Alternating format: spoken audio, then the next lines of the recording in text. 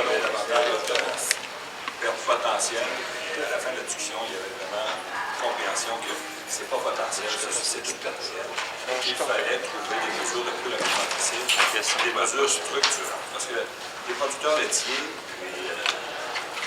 de chèvres ou de brebis ou de lait de vache, savent que cette entente-là sera signée. Elle est trop importante pour le Canada et l'Europe. Donc, il faut négocier maintenant de façon pragmatique les meilleures mesures possibles pour que notre industrie puisse faire face le mieux possible à ces importations-là. Il y a une reconnaissance que les pertes seront réelles. Vous sentez-vous trahi? Oui, parce que lorsqu'il y avait eu, pendant cette négociation-là, on nous avait toujours dit qu'il n'y aurait pas de concession de fait. Je suis d'accord lorsque M. Bernier dit qu'on a protégé la gestion de l'offre parce que les trois piliers sont intacts. Oui, on continue de contrôler les importations, les tarifs ont été diminués et les autres piliers sont fonctionnels. Par contre, la perte de marché qu'on va subir, elle est réelle et elle sera permanente. Donc, en ce sens-là, par rapport à ce qu'on nous avait dit pendant toute la négociation, oui, ce n'est pas le message qu'on avait reçu pendant cette négociation. Est-ce que vous avez l'impression que M. Bernier dilue l'impact en comparant les 17 500 tonnes sur le volume global de 400 000 tonnes? Oui, c'est clair qu'il en dilue l'impact. Et ça, ce midi également, je pense que la Fédération des producteurs de lait a fait une démonstration éloquente qu'on ne peut pas calculer l'impact sur l'ensemble des fromages, puisque c'est très précis dans l'entente qu'il s'agit de fromages de qualité qu'on devrait importer. Et ces fromages-là, pour l'Europe, qualité signifie marché de détail. Et déjà, on élimine 40 du 400 000 tonnes en question. Et marché de détail, c'est sûr qu'il y a du mozzarella qui se vend au détail à 17-18 $ le kilo. On sait très bien qu'on n'importera pas du fromage européen pour compétitionner ce type de fromage-là qui se vend au détail. Donc, les fromages qui seront importés ciblent une catégorie de fromage à prix, disons, à valeur ajoutée. Et si on importe les 17 000 tonnes, les 16 000 tonnes dans cette catégorie-là, alors on parle d'un impact, ça équivaut autour de 30, on peut s'ostiner un peu sur les chiffres, mais on parle d'environ 30 du marché qui serait affecté. Donc c'est beaucoup plus que ce qu'au départ on nous disait. Des compensations, est-ce que vous trouvez que c'est raisonnable? Ben, nous, on a dit que les compensations, les producteurs de lait n'auront pas de perte avant les 2 ans, parce qu'eux vont continuer de produire pour notre marché et vont pouvoir bénéficier de la croissance d'ici les 2 prochaines années. C'est sûr que dans 2 ans, par contre, s'il n'y a rien qui a été fait pour avantager ou positionner nos fromages lorsque ces importations-là vont arriver, il sera trop tard. Il faut donc avoir des mesures. Nous, on n'attendra pas 2 ans pour avoir des mesures et savoir où on s'en va dans ce dossier. C'est clair. Est-ce que ce même gouvernement qui négocie avec la Pacifique peut continuer à agrandir la brèche de la gestion? Non. Vous n'avez pas peur de ça? Oui. Et le message est clair. Je pense que ça a été mentionné par Denis Morin lorsqu'il a posé sa question. Vous vous attendez à quoi? M. Morin l'a posé. Est-ce que vous allez maintenir intact le marché et les piliers? Je pense que la question maintenant, c'est celle-là. Est-ce que vous allez maintenir intact, non pas seulement la gestion de l'offre, mais le marché et ses piliers? Et ça, on a besoin d'une réponse claire. Moi, après ce qui s'est passé avec l'Europe, je ne peux pas dire que je suis rassuré dans la négociation avec l'Asie-Pacifique. Mais est-ce que vous croyez que le gouvernement conservateur ne s'était pas grogné par l'intérieur? Parce que là, on parle du lait, des fromages, mais il y a aussi du poulet. C'est pour ça. C'est sûr que là, on parle beaucoup du lait parce que l'entente a ciblé ce produit-là. Mais je sais que les producteurs de poulet, les producteurs d'œufs, sont inquiets également dans les négociations qui sont en cours. Et il y a des mesures correctives. On a corrigé les importations illégitimes, je dis illégitimes, de mozzarella à travers ce qu'on appelait les kits à pizza. Il faut corriger les importations illégitimes de poulet ou autres produits de suggestion d'offres qui contournent la réglementation canadienne.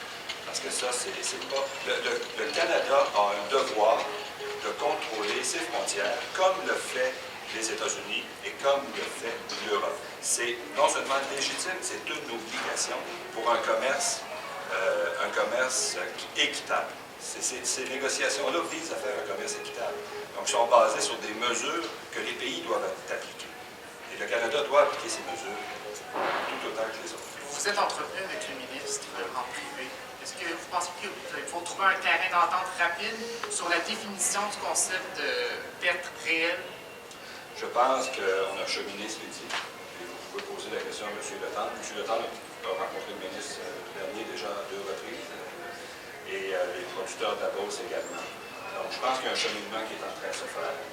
Et moi, je suis conscient que le gouvernement a une responsabilité. Il a parlé de responsabilité. Donc, et dans le passé, à tout le moins, les conservateurs ont l'habitude de faire ce qu'ils disent. C'est pas toujours agréable. Et lorsqu'ils disent qu'ils vont mettre des mesures en place adéquates, moi, je les prends au bout. Il nous a dit, oui, on va avoir des mesures structurantes. Alors, on s'attend à ce qu'il y ait. Concernant les accords, les négociations d'accords de libre-échange, on parle beaucoup d'accords transpacifiques. Il y a présentement le cycle de Doha qui semble être relancé. Oui. Est-ce qu'il y a aussi une menace à la gestion de l'offre de ce côté-là? Bon, au niveau de Doha, les dernières nouvelles qu'on a, c'est que ça progresse. Si on peut parler de progression, très, très, très lentement. L'accord, ce qui est sur la table actuellement à Bali, vise davantage à trouver une base sur laquelle on pourrait relancer les négociations ou repartir avec un Doha allégé, comme on parle. On ne peut pas admettre que c'est un échec, cette forme de négociation-là.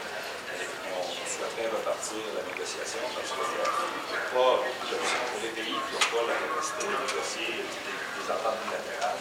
La seule option pour eux, c'est des ententes multilatérales. Alors, c'est sûr que là, on est dans un contexte mondial où les ententes bilatérales ont la faveur des pays parce qu'elles sont plus précises, moins contraignantes sur les aspects qu'on veut protéger.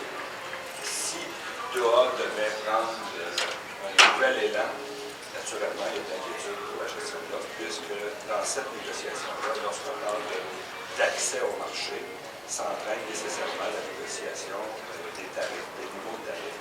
Et là, naturellement, c'est plus compliqué. Donc, pour l'instant, par contre, Doha semble assez positif. Rapidement sur le programme d'assurance-emploi, est-ce que vous demandez qu'il y ait des formes de compensation de réforme? Que la réforme exclue le travail saisonnier, agricole et aussi pour la pêche minimale.